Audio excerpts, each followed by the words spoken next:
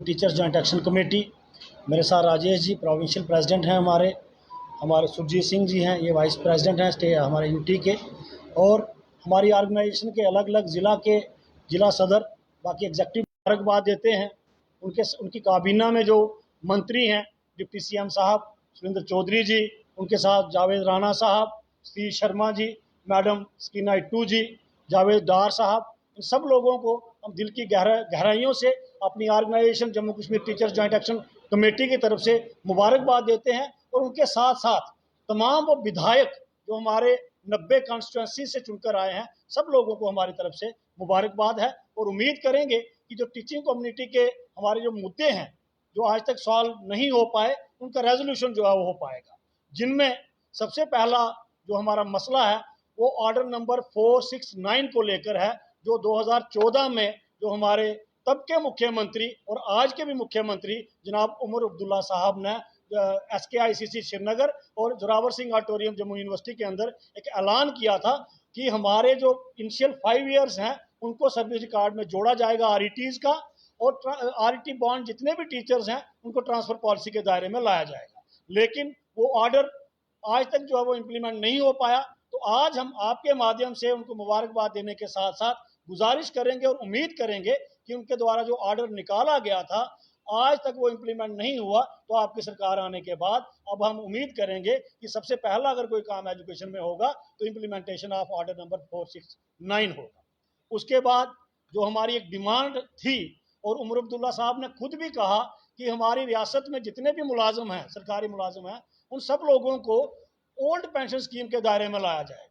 तो हम भी ये मांग करते आए हैं कि 2010 के बाद जितने भी मुलाजिम हमारे जम्मू कश्मीर स्टेट में लगे हैं, उन लोगों को न्यू पेंशन स्कीम से हटाकर पुरानी पेंशन स्कीम का उनको पूरा का पूरा फ़ायदा जो है वो दिया जाए। और खुशकिस्मती से जो उमर अब्दुल्ला साहब के मैनिफेस्टो में भी था, और after taking oath as chief minister उसके बाद भी उन्होंने कहा कि OPS जो है वो हम इन हमारे मुलाजमों को देंगे। तो हमें उम्मीद भी है, लेकिन हम गुजारिश भी करेंगे कि जल्द से जल्द वो ऑर्डर भी निकले, ओल्ड पेंशन स्कीम का फ़ायदा जो है मुलाजमों को मिले, ताकि वो भी दिल से अपना जो है वो अपने ऑफिस जो है वो वहाँ पे काम कर सके।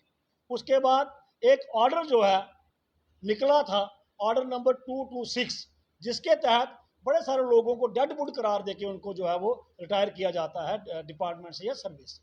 हम किसी की फेवर में नहीं है, जो आदमी गलत है उस पर जो है वो मैं कहता हूँ लॉ के मुताबिक उस पर एक्शन होना चाहिए। पहले भी होता था, लेकिन इस ऑर्डर के माध्यम से लोगों को हरास जो किया जाता है, डराया जाता है, हम ये चाहते हैं कि ये ऑर्डर जो है वो रेवोकेशन इसकी होनी चाहिए, ताकि जो हमारे मुलाजिम हैं वो चिंता मुक्त होकर हरास अपने आप को फील ना करें, और वो बड़ा अपने आराम से जो है वो दफ्तरों में काम करें। क्योंकि जो एम्प्लॉई है वो किसी भी गवर्नमेंट की रीढ़ की हड्डी है। जो हाल ही में हमारे चुनाव संपन्न हुए हैं, इनको संपन्न करवाने में भी जितने हमारे मुलाजिम हमारी पूरी स्टेट में थे, उन सब लोगों ने काम किया है। उनकी मदद से ही ये चुनाव जो है वो संपन्न हुए हैं, अच्छी गवर्नमेंट एक बनी है। इसी तरह से जितने भी महकमे चलते हैं, हमारे मुलाजिम बड़ी शिद्दत से काम करते हैं। अगर कोई आदमी नहीं करता, जो एज पर लॉ काम नहीं करता, आप उस पर जो भी ऑर्डर जो पहले भी थे उसको इम्प्लीमेंट करिए, लेकिन एक ये डराने वाला, हरास करने वाला जो ऑर्डर है ये वापस होना चाहिए।